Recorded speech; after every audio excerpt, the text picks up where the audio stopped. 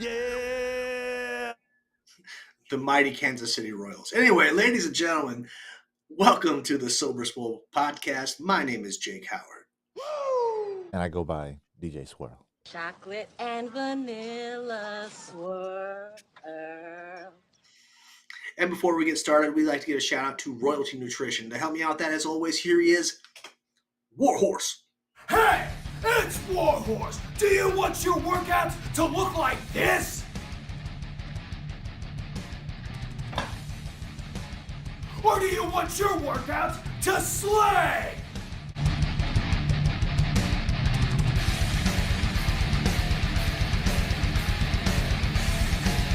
When Warhorse picks his pre-workout, he wants it to slay. If you want second place, go with somebody else. If you want to be a champion, go with Royalty Nutrition.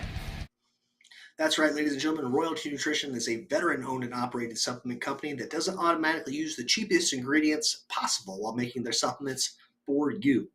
Check them out and use the discount code 378JKE to save you 15% on your entire order.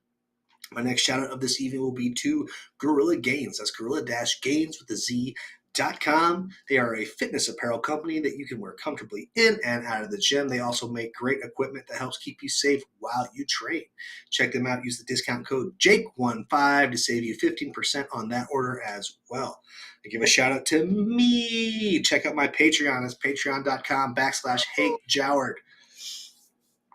I post workouts that I've written for people over the years that I've done it. I also do a blog type style thought process pieces, and I also do a solo show called Hake Rants. Help me help you. Patreon.com/HakeJower. DJ Swirl, tell them about the Buy to Buy Empire. Ooh. That's right, Buy to Buy. Your source for fast, friendly, on-demand delivery, moving, staging, TV mounting, and assembly. We help you from the time you buy until the time that we say goodbye. If you've got no time or a bad spine, we're here to support you. Give us a call, 602-345-0472. What you see right here is Buy to Buy Studios. This is content creation. This is post-production, and this is something else that I forgot. I just moved the screen, so I don't know what it is anymore. Fantastic job, Ryan. Yeah, post-production, creative consulting, and remote content creation. So you can be chilling at home like Jake is. I can be chilling at home like I am. And guess what? We get to put together a nice little show for you guys, and we do it from the comfort of our confines. If you've got something you're working on, can't put pen to paper, or you're already done and you need help editing, hit us up at Buy to Buy Studios. buytobuy.com/studios. Jake, what are we talking about tonight? We're going to talk about sorry. We're going to talk about histrionic personality disorder. HPD. Yeah. So, I sent this to you, and what was your first impression upon seeing it? Just the depth of it. It's very interesting. I can see where my first thought, and you hit it up right as I was typing it. I got your text. It was a lot of social media, and a lot of social media has traits of HPD. Yeah, it's nuts. And so I got this sent to me from a good friend of mine who I visited when I was back home, and his wife is in medicine, and so he sent me this just kind of in response to something that I had posted. And so I just dove into it, and there's like a graphic that I'll have to post up here that says there are like 8 traits that are usually an indicate. I think it says 5 out of the 8. If you have those, it's a good indication that you have this disorder. And based off of the whole premise of all this, they went 8 for 8. And so you text me a couple weeks back, and we had a guest on the show. Not sure exactly when, but had a great conversation. And I'm pretty sure that at the time you said something to the effect of, I think that they're going to be a repeat guest. And I'm pretty sure I shared that sentiment as well. Mm-hmm. And so time has gone by. A couple weeks ago, you text me and it says something to the effect of, I have to drop this friend. And so I didn't know who you were talking about, but I quickly did my research and upon further review, found the problematic clip that you were talking about, and immediately agreed with you, and then wanted to expound on what your thought process was. So yeah, so you let me. So what did you think when you saw that before I sent you any of this on HPD? I was just so this all revolves around Juneteenth, and of course, there are still people who do not know what Juneteenth is, and what Juneteenth is you're gonna have to help me with the time, but it was the slaves in Texas didn't know for how long. 2 years. Let's say that. About 2 years that slavery, in the sense that they were enslaved, was abolished by the United States. So free labor for 2 years. Free labor for 2 years, and then they had no clue that they could have just left. Not only just left, but that they were recognized more so than any other time in American history as people. Right. So that date. So obviously another one of these blemishes, this quote unquote, CRT that people are fighting against, simply being able to learn the information. And so new information comes to light, and this whole situation is exactly what they're trying to avoid. They're trying to avoid uncomfortable conversations about stuff they're ignorant about, and it turns into these long, bloviating, unoriginal statements that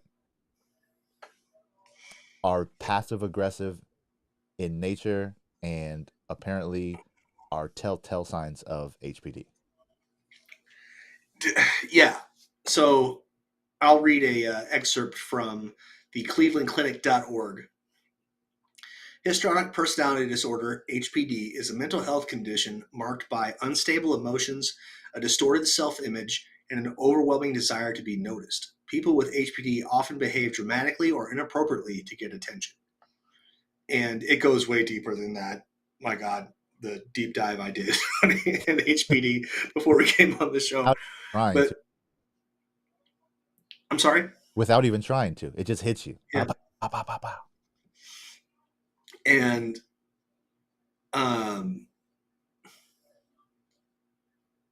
whew. And now we need to preface also, we are not psychiatrists or psychological professionals. In no way, shape, or form. Or just dudes that ask questions and got Google. Supercomputers in our pocket and curiosity. Yep. And it's... Because I'd rather find a reason than an excuse. Yes. That's why I agree. That's why I'm pursuing this. Not to shame, not to point fingers, not to judgment. It's for educational purposes. I had no idea of this diagnosis, this disorder, until someone sent it to me on the heels of me reacting to it. And yeah. So you see a lot of this just in the MAGA camp itself. A lot of this bloviation, doing it all for attention. And then the river runs so deep that many of these folks that you thought, common sense, that you would think that they would figure out at some point the scam of it all, they either don't know that they're doing it, one, and two, that's why they're so easily taken advantage of. And one of the things that they said about this is you are easily persuaded. Yeah. So it's not, you can do all your own research you want, but when you're doing all of your own research in an echo chamber, you're basically just looking for what you want to hear. And the internet is getting easier and easier to find that. To find disagree with, or as you told me before we started this, an unbiased channel that will give you news. Just here's what happened, right? So Yeah. you had to dig, and I don't know many outlets like that, but I know a whole bunch of outlets that are look at me for attention. Yep. Well, We saw all that whatever. with the Ocean Gate stuff. How many Yeah. people came out of the woodwork to go out of their way to get attention for the sake of a tragedy? A lot. A whole bunch of people. And then you've got just as many people, a lot of the MAGA, the right leaning people, they all come out and talk about and then pretend to be empathetic for billionaires who paid $250,000 to implode in a sub. Like, it's hilarious. And so you look, and then you go right back to this. You look at what these people do. Constantly seek reassurance or approval. Constant. So it's not as surprising. You see how messy Facebook has become, and just Twitter and all of these other sites, to where they're just outlets for people to just dump all this negativity, and they do it for the sake of attention. And when everybody is competing, and you live under a capitalistic state, everybody's going to compete for that top spot. So, yikes. So to me, it feels like a public health crisis. To me, it feels like the elephant in the room that nobody will talk about. Well, I was talking to Britt about what we were talking about tonight, and she goes, "Well, who do you think has this? Who do you think probably has this?" And I said, "Oh, every bodybuilder ever." Yep. Like, that's what I think I texted you earlier. I was like, yeah. And bodybuilding is one hell of an enabler. And it was one of those things. It was like, straight I up. was I was reading this, and there's periods of my life where I identified with things more than I do now. But like, when I was drunk, I had to be the center of attention. Yeah, Had to be. Great point. I had to be doing the most outlandish stuff, and you had to look at me, right? And then when I was running my business, my in-person business, a lot of what I sold was me. Yep. And it was, look at me, look at you. You want to look like me, or do you want to look like you? You know what I mean? Like, there was some pause. I would use their physical appearance to draw attention to themselves by wearing bright colored clothing or revealing clothing. Yeah. And the third one down, be dramatic and extremely emotionally expressive, even to the point of embarrassing friends and family in public. Bingo. But look at any fitness professional out there on the internet. What are they doing? Yeah, everybody. It's and it's become so commonplace that you lose out if you don't do it. Right. So it just feeds the revolving door. Yeah. Or you just get crusty like me, and you only wear black shirts and go, well, hit me up if you want. And now, yeah, man, it's something else. So yeah, so Juneteenth brought this all up, and unsurprisingly, it was not a person of color, not a person of natural melanin state. Speaking of bodybuilding, or spray on tans is part of the deal. But yeah, the weird framing of it, right? So the first thing you see is uses bright colors, and the background of this first text was super bright, attention grabbing, and it says trigger warning. Okay, if you get triggered by this, it's your own fault. So it is a trigger warning in defense of other people's opinions on the back end of them being triggered themselves. Okay, I just want to make sure I'm following that right, because it's so passive aggressive to say you can't to attempt to dictate how people can react to something before they even see it. That's like fascism or something. It's like, do as I say, not as I do. All that energy, right? So it's that weird. And then, of course, the tone isn't sympathetic. The tone isn't to learn. The tone isn't humility. to their ignorance, it is double down. I did my research. No one was talking about this before Trump. And then it's just boom, and then you just everything that's all of the stereotypes that you try to avoid when trying to give someone the benefit of the doubt, when looking for reasons instead of excuses. Well, see, and you know me well enough by now that we could actually say we're friends, and you know that I am always being like, okay, what did you actually mean?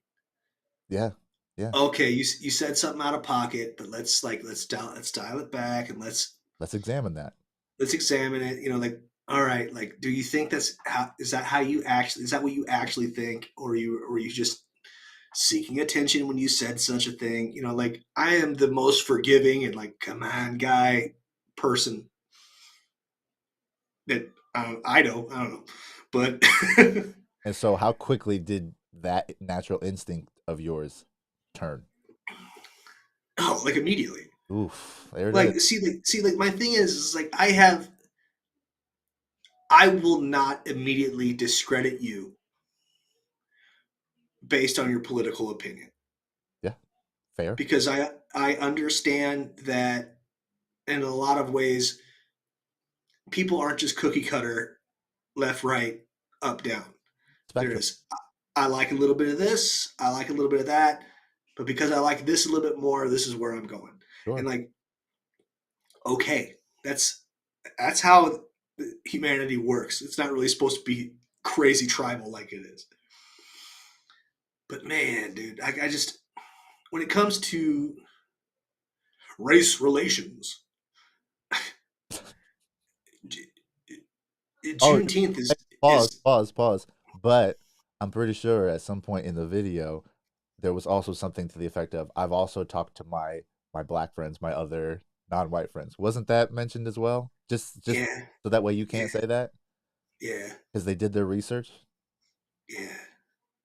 And they found this. That's just like me saying, like, it's okay, I can say the hard R because my cousins are biracial. Like, that's a wild proposition. Right, but right? But again, the energy is not calm. It's not, this upset me or this annoyed me and here's why. There's no articulation. It's very generic, it's very unoriginal, and it's always very targeted. And so, like, and it's a choice. So you had the option to be annoyed, to get triggered, realize you got triggered, work on yourself, and then just keep your day moving. But to pause your day and then to talk to other people, because they spoke to other people about it, and then decided to go outside and then just give it their all. It's a weird motivation, man. And then you look up HPD and you see all the things that don't make any sense. Speak dramatically and express strong opinions, but with few facts or details to support their opinions. Yep. And the facts and the opinions that they do spew are either misinformation or specific propaganda on top of the sources. So be gullible and easily influenced by others, especially by people that they admire. Think that their relationships with others are closer than they usually are. Keyword, admire. So you can't even separate it. As much as you want to try and break that separate, you want to give reasoning instead for excuses. Here you go. We're going the reasoning route, and it's still and the picture is pretty clear. But again, if it's a disorder, if it's something that people just do not, and especially as a culture, if we don't make it a point to acknowledge, address, and troubleshoot, I mean, because and it's part of what they call cluster B of personality disorders, and that cluster includes borderline personality disorder, antisocial. So again, and narcissistic. So like we said, it's a spectrum. At that, there are at least 4 different types just in this cluster. We didn't dive enough to find cluster A, if there's a C, whatever. But just this shows how much of it is scientifically understood, but as a culture, we don't do anything to address it. It's just we monetize it. Yeah. Like, in a social-based society, this would be something that they would want to address equally with everyone, right? You just want it at least to get a diagnosis. mm-hmm. So you understand it. So you understand that if you have conflicts, because how much of their day do they spend outside of this dedicated time that we caught? Do they spend having these conversations and feeling this and exuding this kind of energy? You know it has to be more than one time a day. Because again, they're constantly seeking validation, reassurance. So that means that they're watching the news cycle all the time. They're on Twitter. They're doing this. Like, they're feeding the disorder. So they're enabling it, and they're part of a culture that enables it by default. So, yeah, and I just, I don't know, man. I'm so tired of being disappointed by people I like.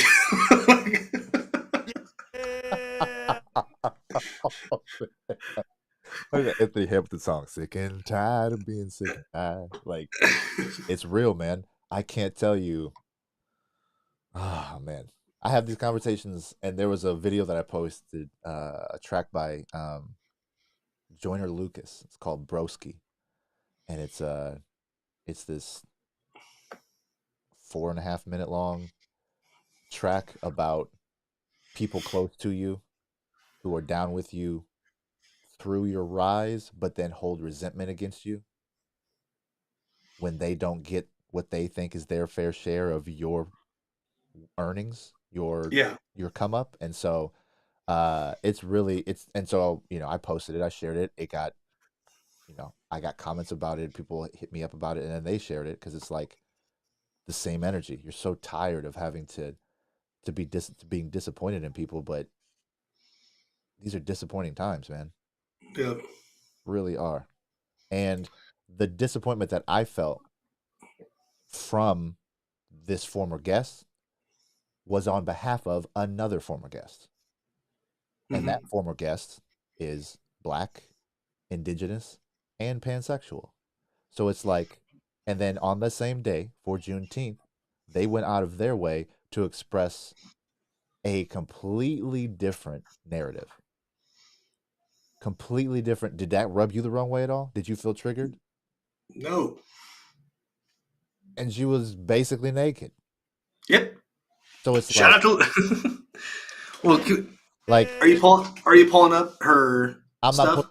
not posting anything on her while we're recording. I'll do it in post. But yeah. Okay. She is someone who uses her body as her profession. And so she is highly, hyper criticized. And for her to use that and to then define the power behind it, and then to have a very positive and reaffirming message attached to that regarding the exact same holiday,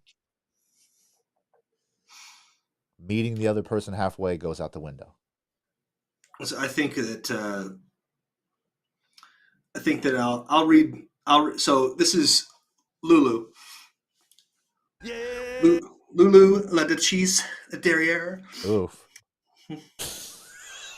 I screw that up every time. Lulu La Duchesse Derriere. Yeah, the more you say it. Yeah. But so her caption was, "June is a month with much to commemorate. It is a contemplative time to educate ourselves, remember those who have fought for equality, and to celebrate our diversity. I think that it is important to note publicly, as many of my followers may not be aware, that I am Black, Indigenous, and pansexual. I am not very vocal about my personal life, but I think that it is important to celebrate all the things that make us who we are. Today I am celebrating my Blackness, indigeneity, and queerness, and wishing all my relations and friends an amazing Juneteenth, Indigenous Heritage Month, and Happy Pride." Yeah. Come on, man. It's not. It's leaps and bounds, different energies, and for what? What was her motivation to do that? Just to say, hey. It's okay to be. Just to express who she was, who she is, as opposed to here's what's not. Here's what's wrong with the thing that doesn't even have anything to do with me. Or you're a descendant of that energy, and so it has everything to do with you, and that's the reason why you're shady about it. On top of this public health crisis. Yeah, man. Dude, my whole thing is like my family, especially from the Howard side, is from Missouri. And you can trace this back to the Bentons. And the Bentons hated the Jacksons.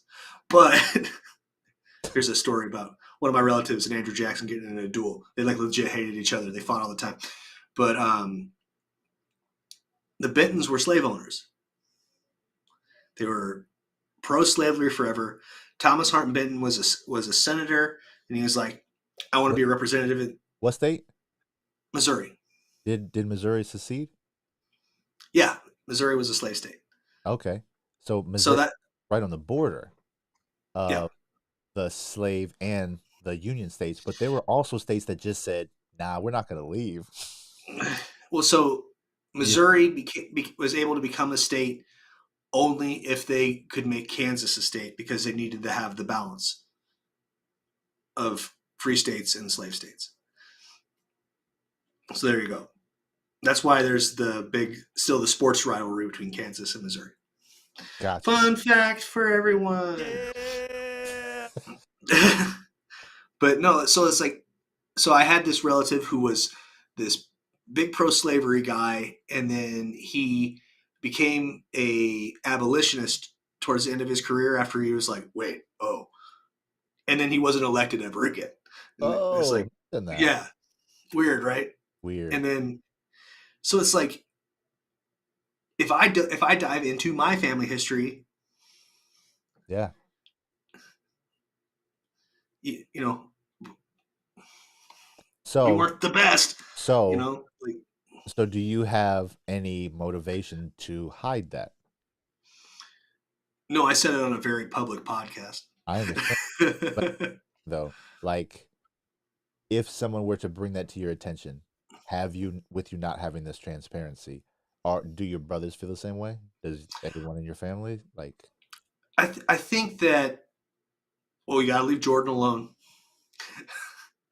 He's got enough going on as it is. You know how the public is, dog. You know how. I know. Yeah. And I think that we'd be okay to talk about it. I think it'd be slightly different conversations between everybody. Yeah.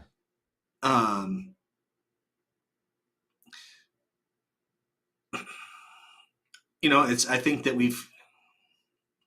everybody I know in my family that's alive today, or I have known, has really actively tried to be less shitty than the generation before, like actively. That's commendable. You know, I know. No, all I'm saying is what the whole purpose of this discussion is. You're talking about you have a family, you have a rooted historical background in violence. What do you think HPD, how much do you think that influences that? Just based off of how you are now, after generations of trying to be better people.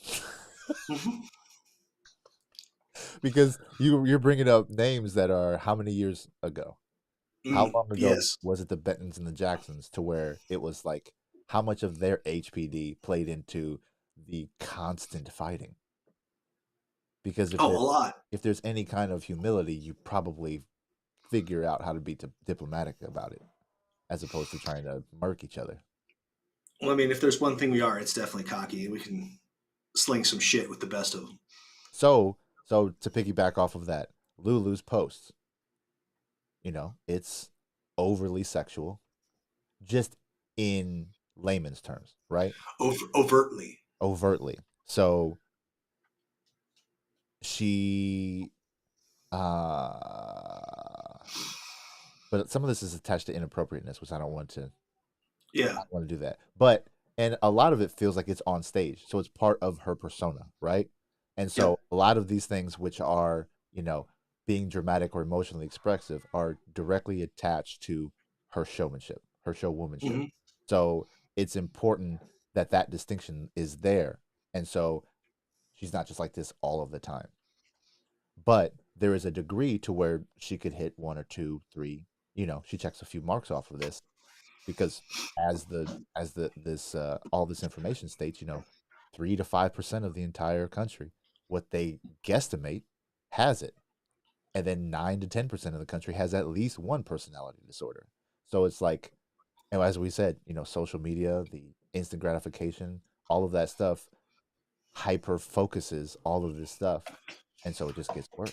It ends up with Yeah. something else. So Lulu makes it her job to do this, but she doesn't do this 24 hours a day. So Right.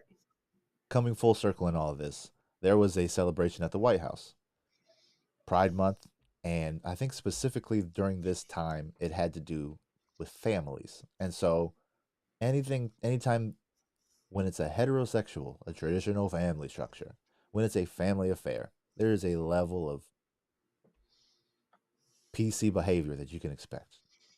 There is a level of lewdness that you would assume wouldn't be there. Or I wouldn't say lewdness, I would just say bare skin, revealing clothing. So on the lawn of the White House, there are people from the LGBTQ community, and one of them just happens to be a social activist. And so they took it upon themselves to use that opportunity, even though the setting was family oriented, to remove their shirt and to be as proud as they could in Pride Month.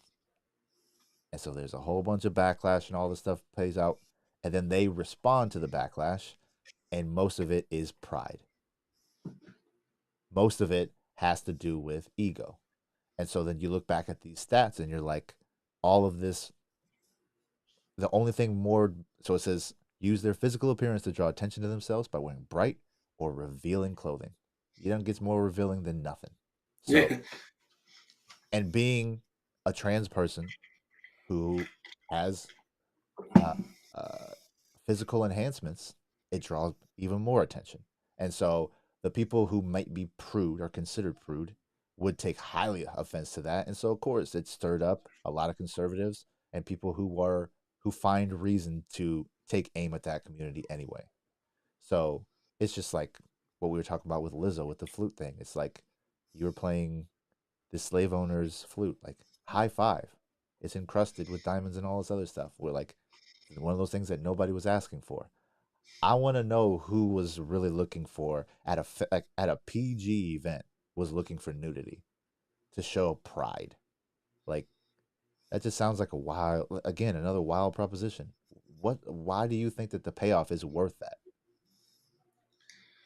Well, so there's another thing that happened with the gaming community. Okay. On the opposite spectrum, and there is a guy who is a big Call of Duty player. I can't remember his tag or what it is, but apparently he's a big deal. Like you could buy his like gamer pack or whatever for your character, and he was asked like what his opinion on Pride Month was, and he goes, it was something along the lines of, I don't care, just leave kids alone. Sure. And then Call of Duty was like, nope, yanked his stuff. Yo. What is so controversial about saying leave kids alone? Okay, so why would he have to say kids? Well, the whole premise was, I don't care, just leave kids alone. If you don't care, then that's not the same energy. Those are not the same thing. There's a difference between consenting adults and then unconsenting children. So what does that have to do with Pride Month? Well, there's a big push from people now that people in the LGBTQ plus community are groomers, and they're coming for your children, right? That's from their own community? No, as I said, from the not Pride side. No, from the hate. Yeah, because Pride is love, right? Pride's theme is love, and if you dislike love, what is that called? That's called hate. So it is negative in nature, right? So for him to start a sentence that says, I don't care, just end that with a period and keep it moving. If you really don't care, that's what your opinion is. However, it is loaded and on purpose and for a specific demographic to include kids in something that there is no evidence to support the grooming you speak of. But if you want to look at any of the churches, if you want to look at any of the politicians, there is a slew of evidence in terms of grooming. If you want to just look at how our normal traditions are, there is heterosexual grooming at every chance. There's old clips of Mr. Rogers, who's one of the most well-to-do people who has ever set foot on television, talking about a boy is a boy and will always be a boy, and a girl is a girl and they'll always be a girl. And that is just old, antiquated thinking. That's old, and it's a clip that looks barely colored. Like there's barely color on the shot. So it's from 40, 50 years ago. So the whole purpose is fear, right? Again, it's all of the traditional things. It's all fear based, but there's no evidence to support it. And so him saying that is loading it on purpose so that way it gets more attention. Because if you don't care, you're apathetic, so don't have an opinion. But is he a father? I think so. Okay. And so does his kid have any experience with that? I don't know. Again, he doesn't care, ellipses, all of this other shit that gets loaded into it for the sake of propaganda, for the sake of HPD, monetizing the attention, bloviating larger than life, all of those things. So Call of Duty recognized that, and they said, cool, bro, you don't care, neither do we. Deleted. They returned serve. So he had the choice to not serve that kind of energy. They saw it coming their way, and they saw the storm behind it during Pride Month. Again, it's targeted. And going full circle back to the beginning of this conversation, our former guest had the option to be triggered, recognize it, and just keep it moving about their day. But no, they took time to say something that would gain them attention, that would monetize their annoyance. They're inconvenienced by even having to have the conversation of the thought, so they say something on the back end of it that's juicy, that's loaded, that is fodder for all of these people who also play Call of Duty, who also shoot up schools, who also groom and molest kids. Like, all of that is directly attached. And just because you deflect doesn't mean that it gives any more validity or value to your statement. Because a lot of those people who are on the right side, who tend to bloviate and say these things and then wind up being caught for the exact thing that they're talking about, hypocrisy is part of the playbook. So that's why they dropped him. And I'm saying all this without looking into the story, without even knowing any of this before we started talking about it. But that's during Pride Month. It's targeted. It's on purpose, man. That's like all these people who use MLK Day as an opportunity to virtue signal when they could care less about MLK or his actual beliefs, his teachings. So it's low-hanging fruit. And for this person who has a gamer pack, what do you care? You know how bad the language is on games? You know how toxic that culture is? That's why, dude. That's why. Because those words and all of that toxicity gets tossed around by 12-year-olds every day, all day long. And there's no consequence to it. So he was in his comfort zone. I don't care. Leave the kids out of it. Does he have a record of protecting kids from drag queens?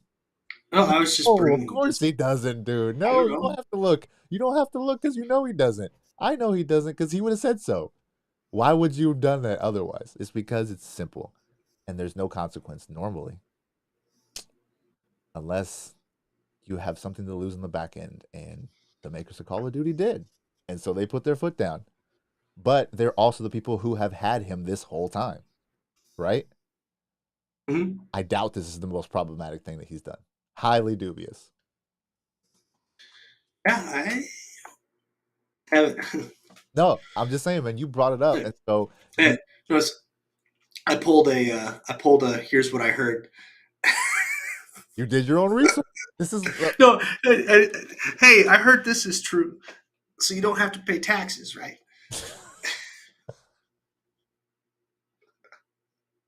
no, man. This is what happens when we're lazy about hearsay. Mm-hmm. When we're lazy about when you know when you do. Did you send me that video to where it was like one person was drawing on one person's back, and then they were drawing on another person's back, and then they were drawing on another person's back, and it was like, here's how disinformation gets started. And so like they're drawing a square, and then the person in front of them draws a square, and then the person in, and then by the end of the picture, it's completely different because I did not. yeah, okay, that wasn't you. So it's like that's that thing, right? That's why stories get so skewed. That's why all these things, and because they're sold as buzzwords and bullet points, and for shock value, the whole idea, it's like fast food, dog. I keep bringing this up because it's the thing that makes the most sense to me. It's like fast food. It's quick, it gets your attention, and it gives you the caloric sustenance you need, but it's not good for you. And if you were actually to read the story like you would the ingredients of the bullshit that you eat, guess what? You're probably going to come out disappointed. Mm-hmm. But you eat it and you ingest it and you read it because it's convenient, because it's in your pocket, in your hand, in your email, whatever. Like we talked about the hypersensitivity of social media.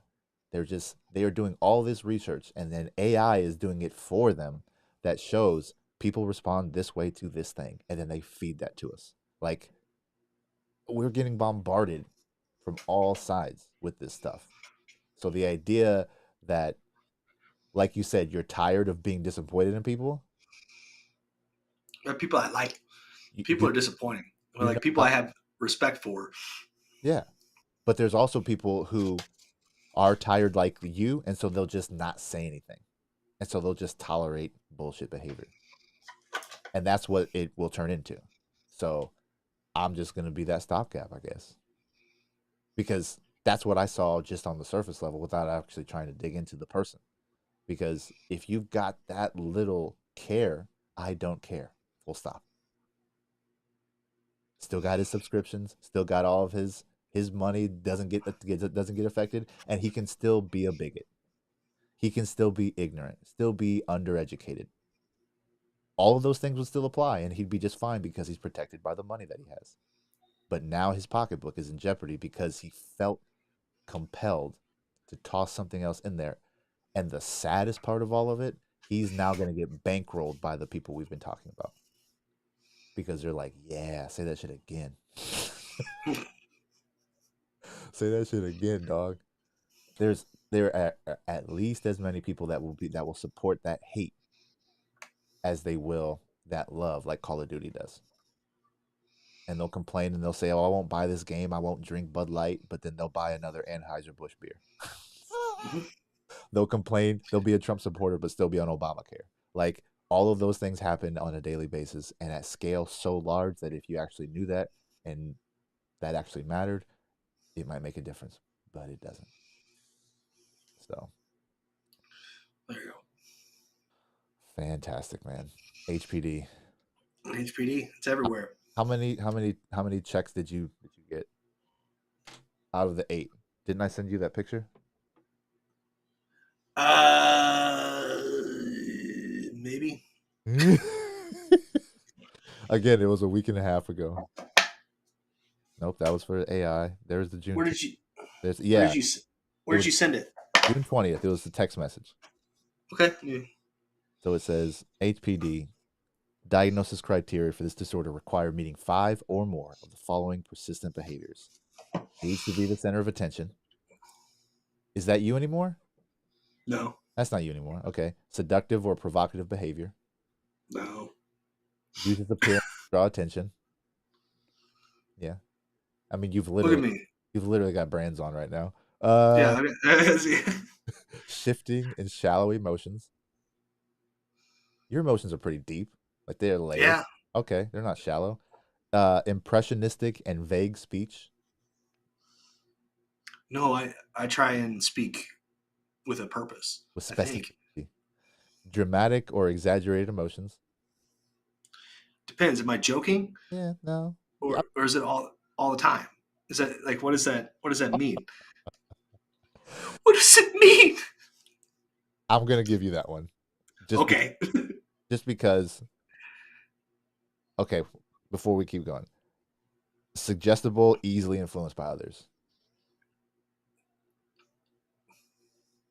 I would say when I was younger, probably, but not Yeah, not at this now. stage. And then thinks relationships are closer than they are. You're pretty well aware when you piss Brit off, right? Yeah. You don't go on social media and gas it up and be like pictures of you guys at the beach when you guys are headbutting, right? Yeah. No. Okay. So yeah, so it said 5 or more, and I've got 1, 2, 2.5 at most. So again, you lie on here in a few different spots, but it's not enough to be concerned. Yeah. It's not something that I look at. I'm not going to look at this when you overreact to something.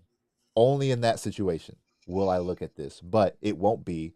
Again, you're not going to try and be the center of attention. You're not going to put your business out there. You're not going to do it in a seductive manner. Like all of those things disappear.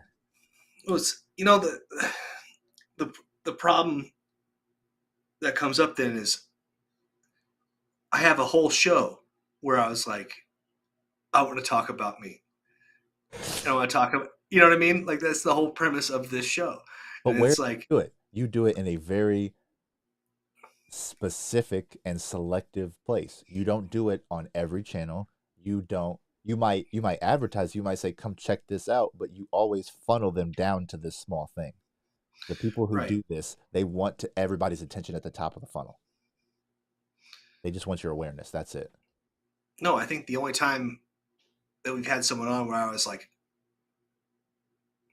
anywhere upset was Brent. I'm sorry if you see this, but that was when I had to keep muting the mic, and then I was like, "Oh, I can be a part of this." No, I can't. And then, well, no, I mean, I know the conversation that we had with Nikki was extended and was a revolving door in my recollection of it. So I know that we've had conversations that have been less than favorable, but that's few and far in between. So, right. and again, you want to look at HPD. I had no idea what this was when we had those people on, when we had those conversations. So again, looking for reasoning, not excuses. I want reasons to still be in contact with them instead of excuses why I'm not. Right. And every time, I don't want to say every time. I'm not batting 1,000, bro, but I'm batting a really high percentage in terms of my radar and cutting toxicity and this kind of stuff, this energy out of my life. Like, I have not looked back on any of those relationships and thought that I was in the wrong, because those people, had things continued, would never have checked out for me. They never would have. So I knew that that was the right decision. And so all of those things being true. So with our former guests, whether you stay in contact with them or not, or whatever that becomes, it's like, you know, we're taking a snapshot of this right now with this information. If now we look past this and that behavior continues and it just continues to reiterate what we know, there's your reason. And the more the reason builds up, the easier it is to find an excuse. Yeah, I'm just like nuptials, things like that. Nuptials. Dude, speaking of nuptials. Speaking of. My brother is getting married. Yeah. On Easter Sunday. Ooh.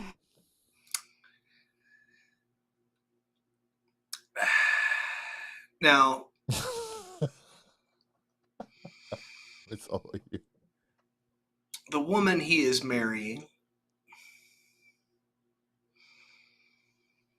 not to discredit her hard upbringing or her mental divergencies. That's a phrase.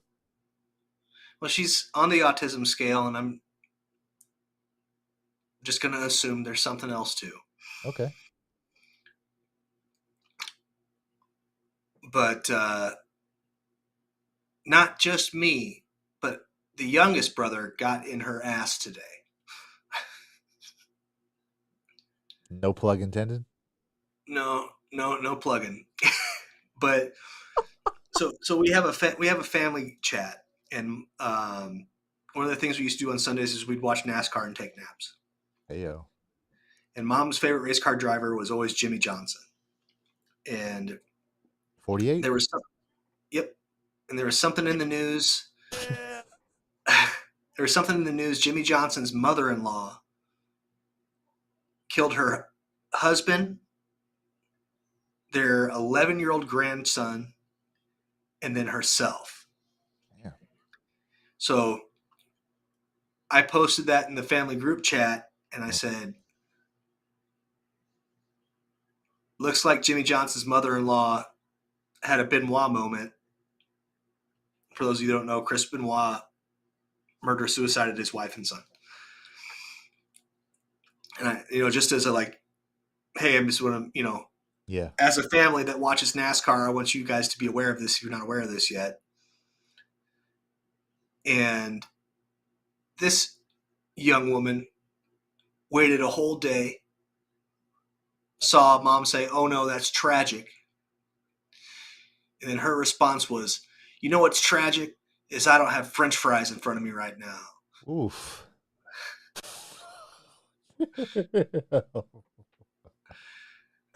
Now, okay.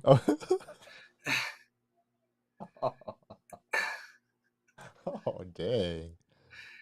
Yeah.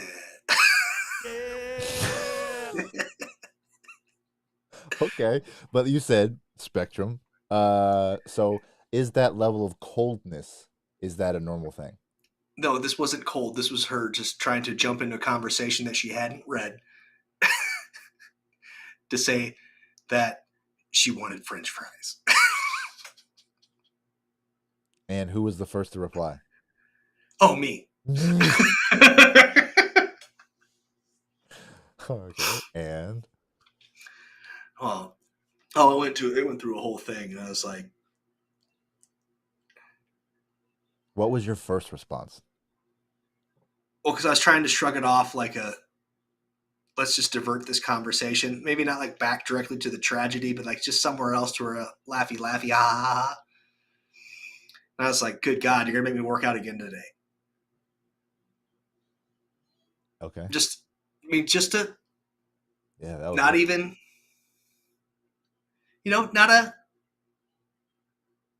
not fat shaming nobody, not saying nothing, just oh man. Okay. Then she goes, well, you can just eat steak if you're a meathead. I said, okay. And my sister chimed in with, I think I'll have steak and fries. And then she said something along the lines of, oh my God, steak, cheeseburger, and fries, yum. Oh, yikes. And then my triggers kick in. What trigger exactly? Dude, I am so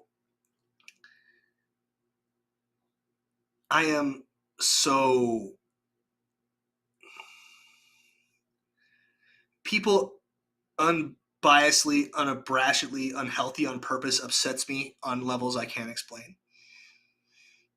Okay. Because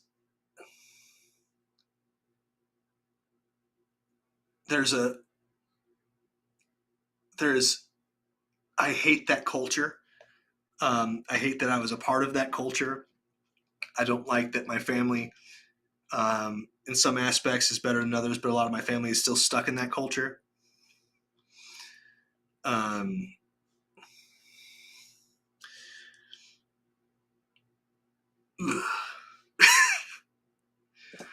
But anyway, so that led to us just getting back and forth into it.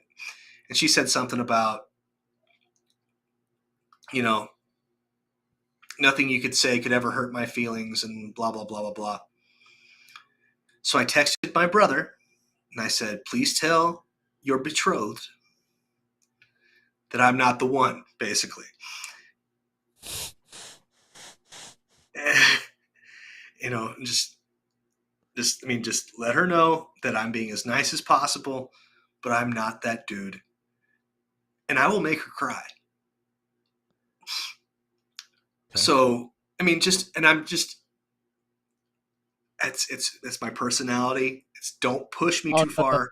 Oh, hold on. Know, that's not just your personality. That's, you just went into you're triggered. So it is personal.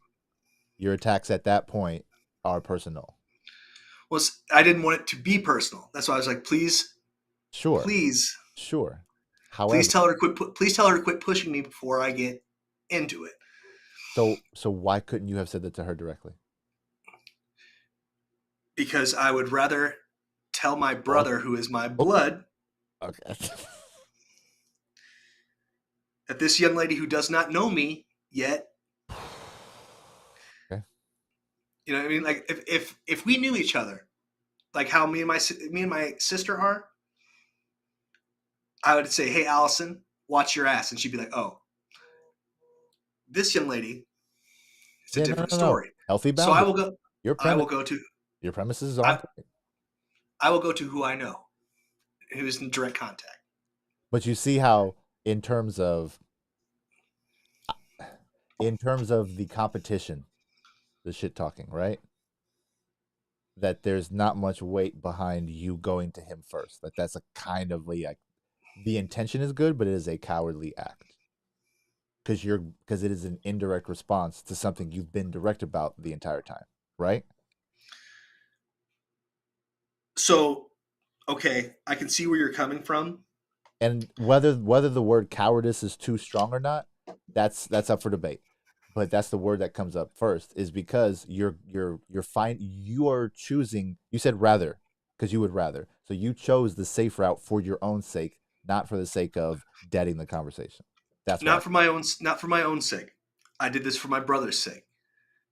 Because if he is going to marry this woman and have her involved in family activities, you're not going to stop. You were throwing up a warning sign. Yes, she's got to learn that if you that's again, that is an option. So her response after that was to tell me mockingly, verbatim, what I said to my brother. Oh, you see, that's what I didn't even get to it. That's the whole reason why, is because it is ammunition used against you. And I said, so then I said, okay. Yep. So see how I was trying to avoid that whole thing, and I didn't even get to it, and that was what was coming. I should have just shut my mouth. Yeah, but so this led to. So now it's on. Yep. And then, but see, I was like, mom was in there, like, guys, stop it. And I was like, Mom, sometimes you just gotta. Yeah, this is sometimes you. Sometimes you gotta. You're tapping. Sometimes the betting days. Yeah, it's like, you know what? You just let me out of the damn cage. Let's roll. But it wasn't even me. It wasn't even me next. It was my youngest brother who goes, hey, I got an idea. How about you read the damn room before you start saying nonsense? There you go. Well played. And then she was like shouting after him. And I was like, listen. And she's like, you know, I have problems with social cues. And I was like, okay, well, then how about you pull up your mat and sit next to these toddlers and watch Bubble Guppies and learn your social cues? Oh, and no. Then, it was on. Yeah. And then she said, you know, it was like, you don't know me or what I've been through. And I was like, okay, that's great. Yeah. Same. Yeah, because now it's the Pain Olympics. Yeah, it's like, okay, cool. Like, wrong one. So apathy, all of these other negative, it's a snowball effect. And so as opposed to you just reaching out to her directly and being like, look, this is all fun and games. I'm not the one. So all I'm doing is I'm putting up a boundary. If you respect that, thank you, and we'll move forward. If you don't, just know it's coming. you accomplish the same thing, because if she doesn't have it within her to check her, then I give you fucking green light to go ham because you tried first. You were considerate first, which is the opposite of all of this malevolent energy, right? It's like, how am I supposed to be welcoming to someone who had the option to be considerate and they didn't, and they used that, they took advantage of it. They capitalized on you being considerate and they flipped it on its head, which is exactly what she did. She took your word. Once, and I was so I in a family group.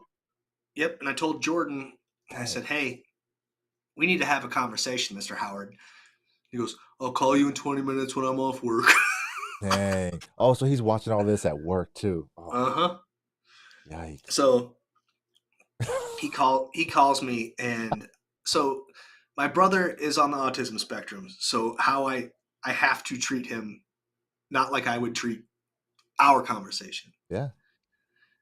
And I said, I was telling him, I was like, buddy,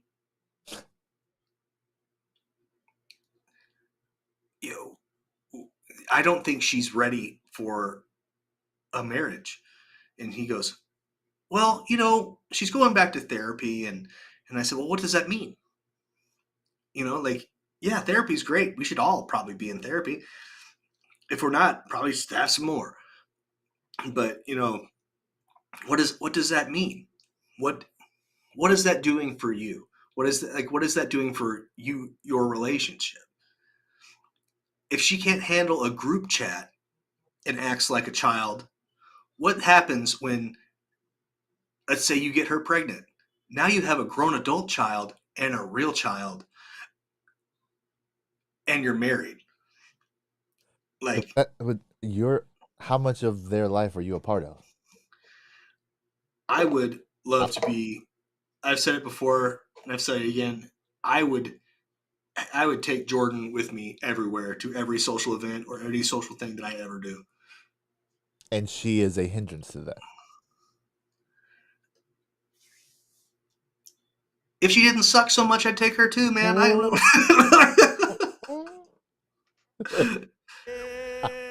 And we've reached the point of no return. Dude, so you've talked to my mother, right? Yeah. Pretty reasonable human being, you think? Reasonable. Microdose and ass whoopings. Yeah. Absolutely. Pretty patient.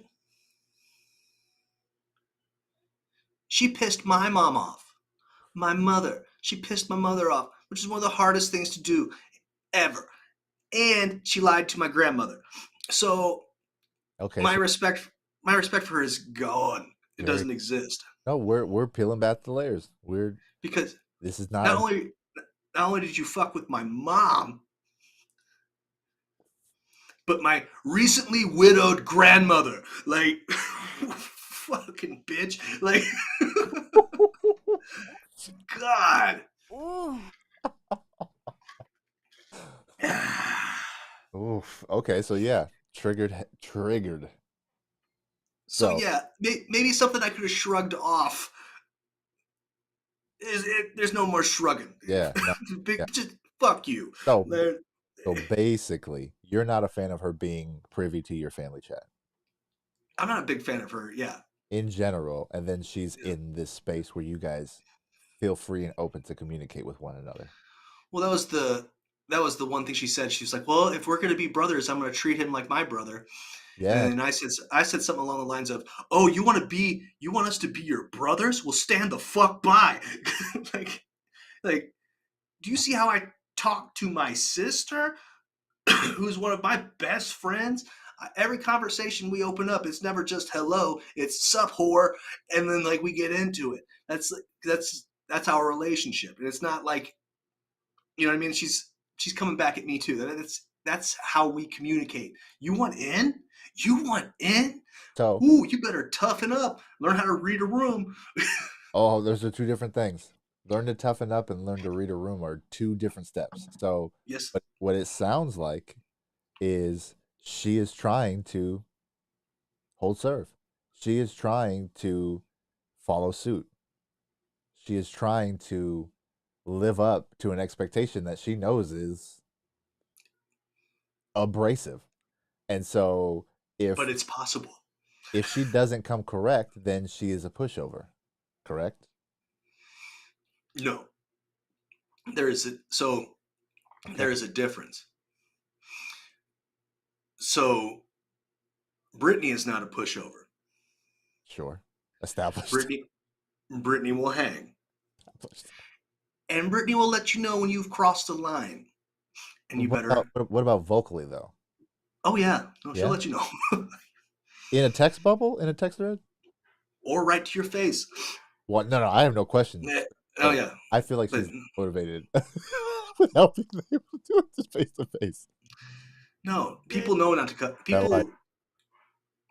So, one, it's you don't come for Brittany because she can handle herself. And two, because I will be on your ass like stink on shit. Sure. However, when it comes to brotherly back and forth, brotherly, sisterly, and it's rough with your sister, then I feel like she is at a disadvantage because she has to be rough, but it's going to come across contrived because she doesn't have the tenure. Is that fair?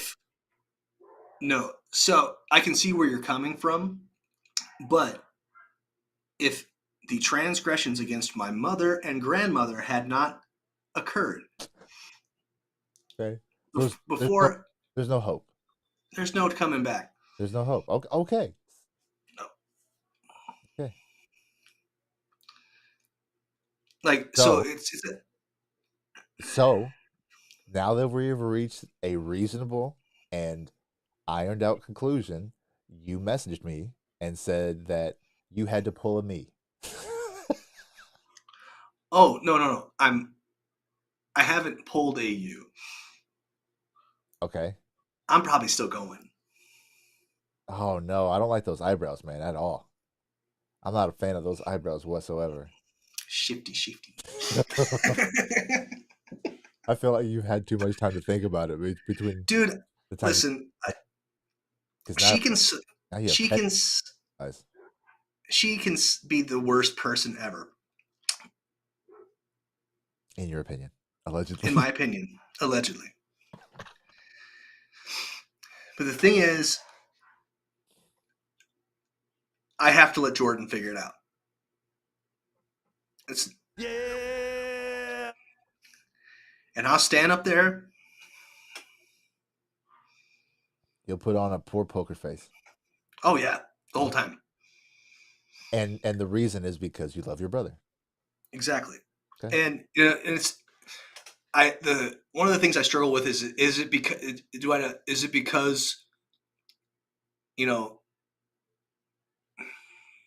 Jordan is a very capable and good man. But I think the reason why she's with him is because he is so gullible and can be. It can be easily manipulated. Yes. So he's in this cluster, but on the opposite end. He is such a loving guy, and he deserves love too.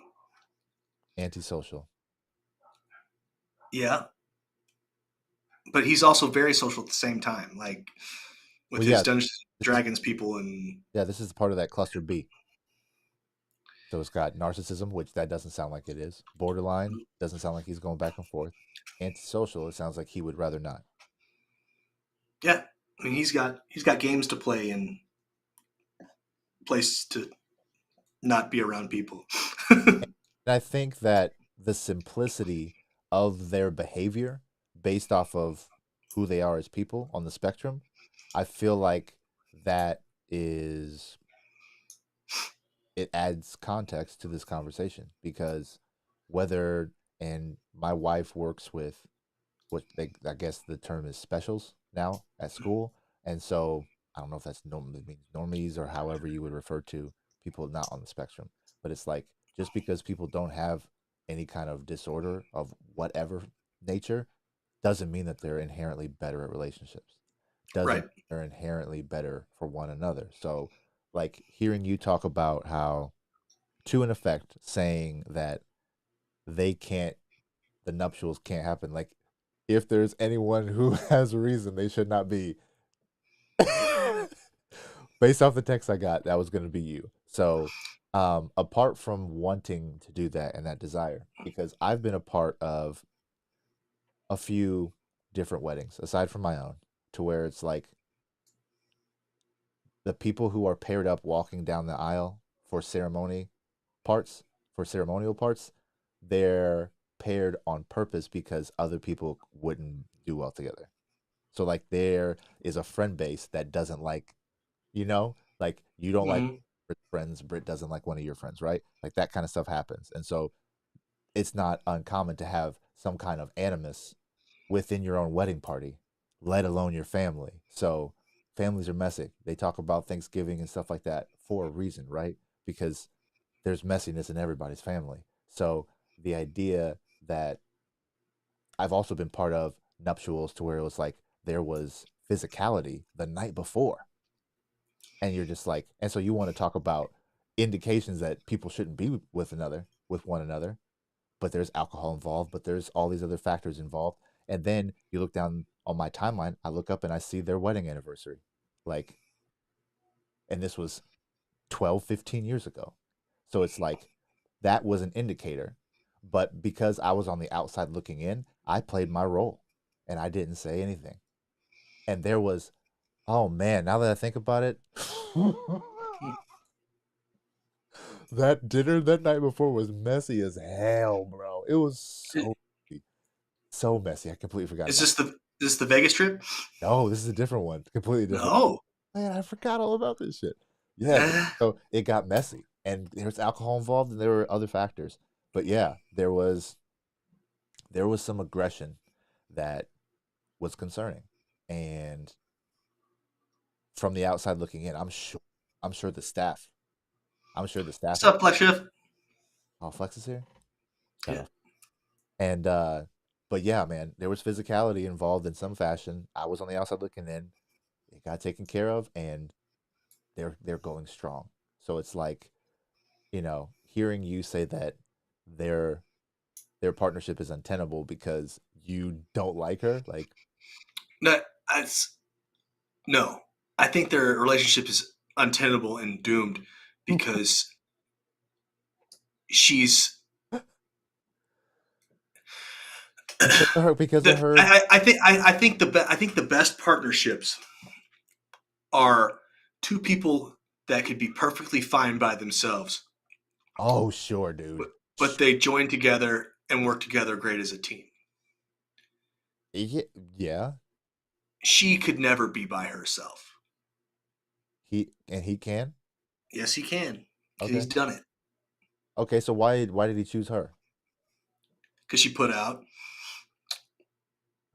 Oops. Did I say that? Did I mean that? Did that happen to me? Did I say that really loud?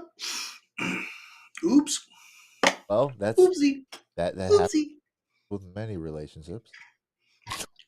The last person I had relations with was my wife.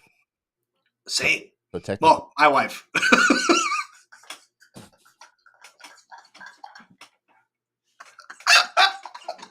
Yo, just like I said earlier, I said I wasn't going to do this thing because I didn't want it to potentially become a problem. Hey, man. Hey, man. I had to correct it because the way the English language came out there. But yeah, my wife put out, and I have not been with anyone else since then. So I fall in the same boat, man. So, but, and I had indicators early with my wife that when we were dating that I wasn't going to be accepted into the family, that I was problematic. As fair as my hue is, my melanin count was too high still. That Family Guy, the Family Guy grid, the chart. The chart. Mm-hmm. I was below the line or above the line, whichever one's the wrong one. And so, yeah, that was from Jumpstart.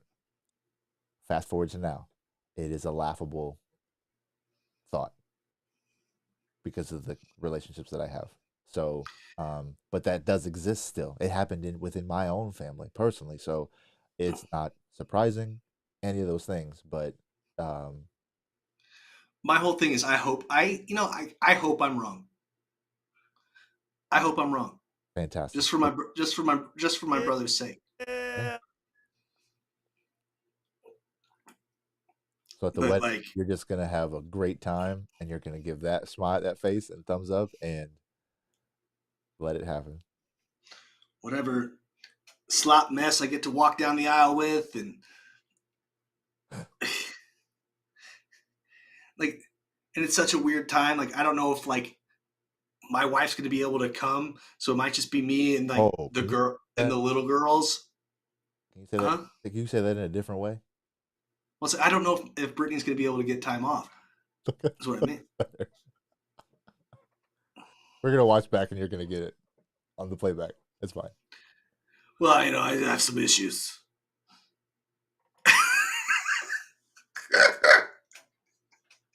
The expose of Hank Joward. Man, do I feel like putting it in the effort or just going to sleep? No, bro. Look, we started this talking about all of the things that people do that feel out of character.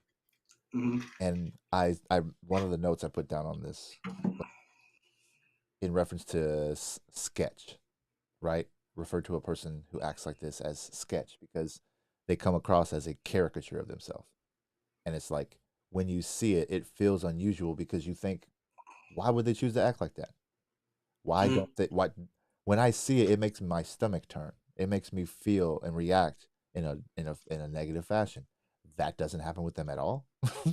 And so, knowing these characteristics, knowing the people and the loyalties that they choose, it's not hard to see why it's such a bad problem. And then the easy platforms that we have to put it all out there, and then the easy attention that you can get in monetization of that attention. It feeds the beast. So, yeah, histrionic personality disorder or dramatic personality disorder, DPD. Oof. Yeah, it's so extra, and in a with a mindset so basic, the extra feels obnoxious every time. I feel even when I'm wrong about something, there's nothing to gain by doubling down or conflating it with something else and making things worse.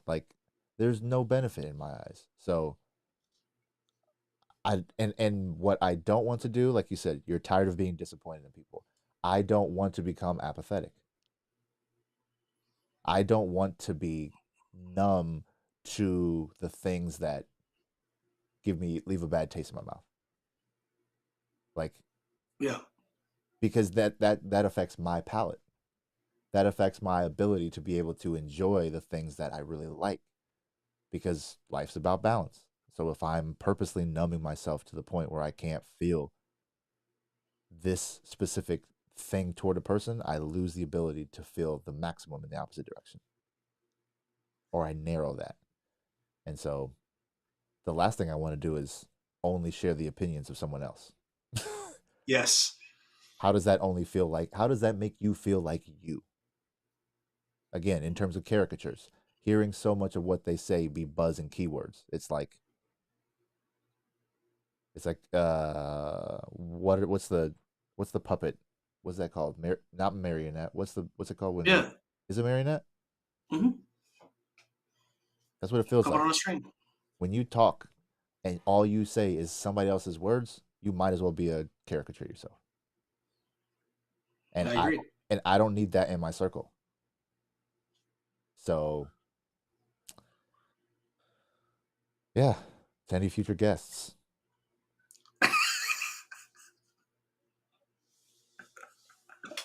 Just be you. Just be you. And talk from experience. That's it. And we have had so many people that have come onto this and have blown us away with their stories, with their experience, with their perspectives. Mm-hmm.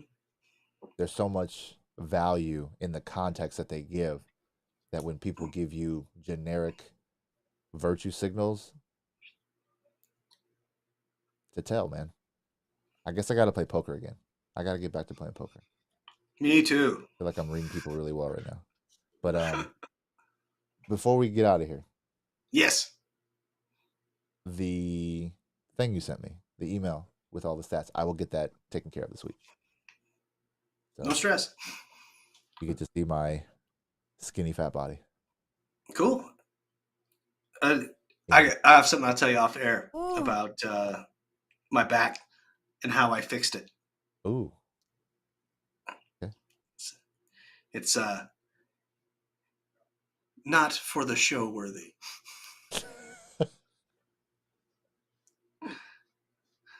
Because not for the show worthy. Where does butt plug land in not show worthy?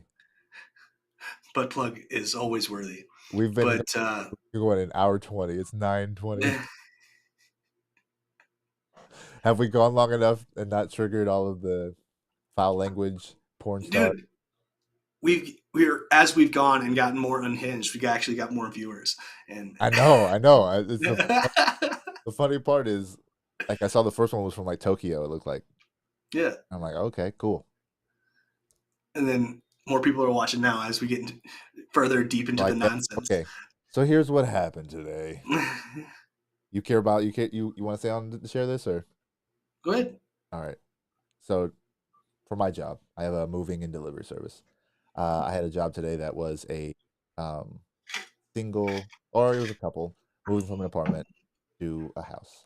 And as couples do, they had personal belongings in their bedroom, and they had an IKEA bed, which required a lot of maintenance in order to disassemble for the move. So I went downstairs to grab some tools, and it was on the third floor. So I took a load with me, set the trailer up, came back up, and my help was coming the opposite direction with another full cart. And as I'm going by, he goes, "Be careful not to shock yourself behind the bed." It's pretty standard for there to be electrical outlets back there.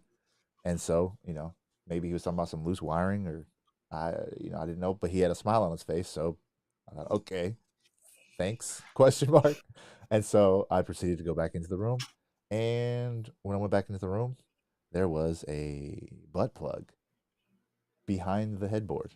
And so he was talking about the plug, but in a different sense. And so I was privy to that today.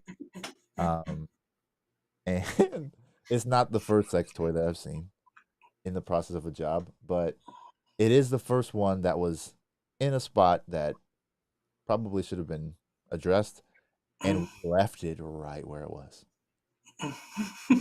So they had other boxes. They had the other closet, I think, still had clothes hanging up and stuff. And they're like, "Oh, we're taking care of that today and tomorrow." And so there was stuff that we was not taking. And so they had to go back into that room to clean up that closet. And I'm not sure what the ETA is on when they're going to realize that it was there, that we disassembled the bed for a good 20 minutes and had conversations about it. And I did not get close enough to see if there was anything engraved on it, so I don't know who it belongs to. So let's be clear and state that this is not about judgment. If anything, this was found directly under their wedding picture. So if anything, this is just me celebrating love and saluting a married couple for doing what makes them feel good. So, but yeah, I was privy to another sex toy, but this was the first couple. I've ran into it 2 more instances, and both parties were single at that time. So, I feel better about this one. We're going on an adventure. Oh, and they gave me a nice tip as well. So there you go. So all good on my end, man. Flyer freak, man. Do what you want to do. No, I suppose I could tell you. I guess. Oof, here we go. All right, so no, I did not get my back blown out. But I was experiencing just pain from my upper back up in the lower. And I was stretching, I'm eating right, I'm doing everything I know how to do. I'm doing it right. I'm doing my cardio. I'm doing my yoga. I'm keeping good. And I was having daily bowel movements, but they weren't like the best. Okay. And then I upped my magnesium and I took a bunch of vitamin C and I freaking just blew up. Okay. Back pain gone. All of it from top to bottom. Like I even went and saw the chiropractor and got adjusted. And then nothing. I was still just like in pain hard. And then I came home and I took a bunch of magnesium and a bunch of vitamin C just to flush out. Yeah. Back pain gone. I took a massive shit and my back's great.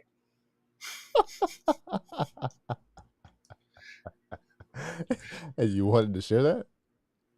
No, I was gonna tell you off air, but like that's how I fixed my back. Oh. So on stories tonight, butt plug wins. And amazing. Amazing, dude.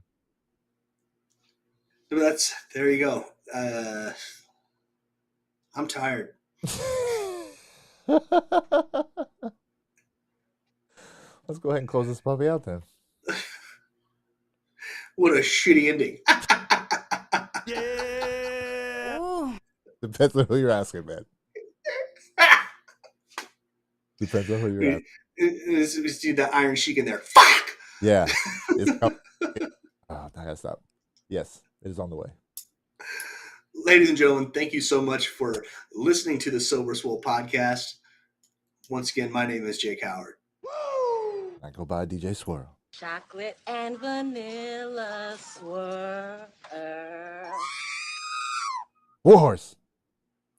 Fuck! Hey, it's Warhorse. Do you want your workouts to look like this?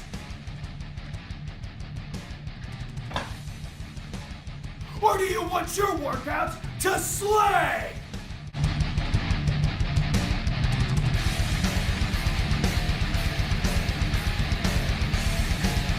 When Warhorse picks his pre-workout, he wants it to slay. If you want second place, go with somebody else. If you want to be a champion, go with Royalty Nutrition.